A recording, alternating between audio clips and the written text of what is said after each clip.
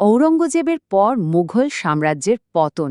আজকের আলোচনা ঠিক এই বিষয়টা নিয়ে। এটা এমন এক কাহিনী যা ভারতের ইতিহাসকে বলা যায় চিরদিনের জন্য বদলে দিয়েছিল। ব্যাপারটা ভাবার মতো, তাই না? ঔরঙ্গজেবের পরেও তো একের পর এক সম্রাট এসেছেন। তাহলে এমন কি হলো যে এত বড় একটা সাম্রাজ্যকে কেউই আর পতনের হাত থেকে বাঁচাতে পারল না? চলুন আজ এই রহস্যেরই উত্তর খোঁজা যাক। তো গল্পটা শুরু হচ্ছে ঠিক ১৭০৭ সাল থেকে। এই একটা বছর, এই বছরটাই কিন্তু ভারতের ইতিহাসের মোড় ঘুরিয়ে দেয়। কেন? কারণ ঠিক এই বছরেই এমন একটা ঘটনা ঘটে যা পুরো মুঘল সাম্রাজ্যের ভিত একেবারে নাড়িয়ে দিয়েছিল। আমাদের আলোচনার প্রথম পর্ব, সম্রাটের মৃত্যু আর তাতে পুরো সাম্রাজ্যে যে কম্পন শুরু হয় সেটা নিয়ে। একবার ভাবুন তো, প্রায় ৫০ বছর মানে অর্ধ শতাব্দী ধরে একজনই শাসক, সম্রাট আওরঙ্গজেব, গোটা হিন্দুস্তানকে একটা লোহার মুঠোয় ধরে রেখেছিলেন। তো তার মৃত্যুর সাথে সাথে স্বাভাবিকভাবেই সেই বিশাল কাঠামোতে একটা কাঁপুনি শুরু হয়ে যায়। কিন্তু এই যে কাঁপুনিটা শুরু হলো, তার আসল কারণটা কিন্তু শুধু সম্রাটের মৃত্যুই ছিল না। সমস্যাটা ছিল আরও অনেক গভীরে, সাম্রাজ্যের একেবারে ভেতরে। আর এটাই আমাদের দ্বিতীয় পর্ব, ভেতর থেকে ফাটল। বাইরে থেকে দেখলে কি মনে হতো? মনে হতো আওরঙ্গজেবের সময় মুঘল সাম্রাজ্য তো ইতিহাসের সবচেয়ে বড়। কিন্তু এই বিশাল আকারটাই আসলে হয়ে দাঁড়িয়েছিল একটা লুকানো অভিশাপের মতো। কেন? কারণ দক্ষিণ ভারতে বছরের পর বছর ধরে যুদ্ধ, মারাঠাদের সঙ্গে থামতে না চাওয়া সংঘাত, এই সব কিছু চালাতে গিয়ে রাজকোষ প্রায় শূন্য। আর সেনাবাহিনী, তারা তো ক্লান্ত, একেবারে বিপর্যস্ত। মানে সাম্রাজ্যটা বাইরে থেকে দেখতে বিশাল হলেও ভেতরটা আসলে ফাঁপা হয়ে গেছিল। আর এই যে ভেতরটা ফাঁপা হয়ে যাচ্ছিল, ঠিক সেই দুর্বলতার উপরেই সবচেয়ে বড় আঘাতটা এলো। কি সেটা? উত্তরাধিকার সংকট। অরঙ্গজেব কোনো পরিষ্কার নাম বলে যাননি যে তারপরে কে সম্রাট হবেন। আর তার ফল, ক্ষমতা কার হাতে যাবে তা নিয়ে শুরু হয়ে গেল এক ভয়াবহ লড়াই। এই অন্তর্দ্বন্দ্বের চেহারাটা একবার ভাবুন। সিংহাসনের জন্য ভাই লড়ছে ভাইয়ের বিরুদ্ধে। রাজদরবারে চলছে একে অপরকে সরিয়ে দেবার ষড়যন্ত্র। সেনাপতিরা রাজনীতির খেলায় নেমে পড়েছে। আর এর ফলে কি হচ্ছে? একের পর এক দুর্বল শাসক সিংহাসনে বসছেন।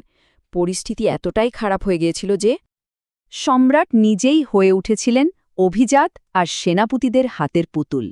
আসল ক্ষমতাটা চলে গিয়েছিল তাদের হাতে। সম্রাট, তিনি ছিলেন শুধু নামে মাত্র।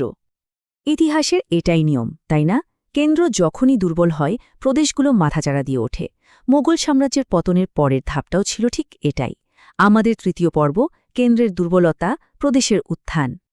ক্ষমতাটা ঠিক এভাবেই ভেঙে টুকরো টুকরো হয়ে যাচ্ছিল। দেখুন, একদিকে দিল্লির মুঘল কেন্দ্রীয় শক্তি ছোট হয়ে আসছে, আর সেই খালি জায়গায় মাথা তুলে দাঁড়াচ্ছে কারা? মারাঠারা, বাংলার নবাব, হায়দ্রাবাদ, অযোধ্যা, আর ওদিকে শিখ মিসল মানে শিখদের ছোট ছোট রাজ্যগুলো, সব নতুন নতুন আঞ্চলিক শক্তি। সোজা কথায়, এই যে নতুন শক্তিগুলো, এরা আর দিল্লির নির্দেশ মানার কোনো প্রয়োজনই মনে করত না। মুঘল সম্রাট তখন শুধু এই নামের শাসক, কাজের নয়। আর এই যে ভেতর থেকে সব ভেঙে পড়ছিল, ঠিক সেই সুযোগটাই নিল এক বাইরের শক্তি।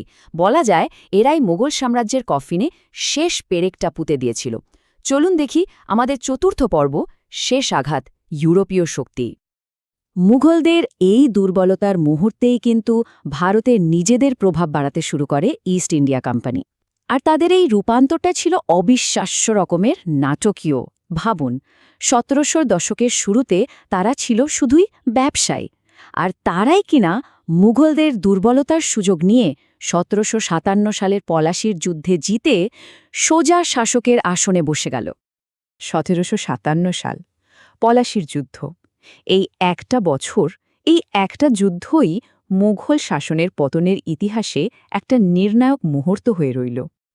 আসলে সত্যিটা হলো, মোঘল সম্রাটরা তখন এতটাই দুর্বল আর নিজেদের সমস্যা নিয়ে এতটাই জর্জরিত ছিলেন যে এই নতুন বিদেশি শক্তিকে আটকানোর মতো ক্ষমতা তাদের আর ছিলই না। তাহলে এই যে পুরো ঘটনা প্রবাহটা আমরা দেখলাম, এখান থেকে আমরা কি শিখতে পারি? চলুন আমাদের শেষ পর্বে সেটাই দেখা যাক, ইতিহাসের শিক্ষা। দেখুন, মুঘল সাম্রাজ্য কিন্তু একদিনে ভেঙে পড়েনি। এর পতনটা ছিল অনেকটা ডমিনো এফেক্টের মতো, মানে একটার পর একটা কার্ড যেমন পড়ে যায়। প্রথম কার্ডটা কি ছিল? অতিরিক্ত বিস্তার। সাম্রাজ্যটা এত বড় হয়ে গিয়েছিল যে তাকে সামলানোই যাচ্ছিল না। এর পরের কার্ড দুর্বল নেতৃত্ব। তারপর সেই সুযোগে শুরু হলো অভ্যন্তরীণ কোন্দল আর ষড়যন্ত্র। আর সবশেষে শেষ ধাক্কাটা দিল বাইরের শক্তি। ব্যাস, একটার পর একটা কারণ মিলেমিশে এই বিশাল সাম্রাজ্যকে একেবারে মাটিতে মিশিয়ে দিল। শেষ পর্যন্ত ইতিহাস আমাদের এটাই শেখায়, তাই না? যে একজন শক্তিশালী শাসক হয়তো একটা বিশাল সাম্রাজ্য গড়ে তুলতে পারেন, কিন্তু সেই সাম্রাজ্যকে টিকিয়ে রাখার জন্য যা দরকার, মজবুত প্রতিষ্ঠান আর ভেতরের ঐক্য, সেটা না থাকলে কেউই একা তাকে পতনের হাত থেকে রক্ষা করতে পারে না। প্রশ্নটা হলো, আজকের দিনেও এই শিক্ষাটা কি একইভাবে প্রাসঙ্গিক নয়?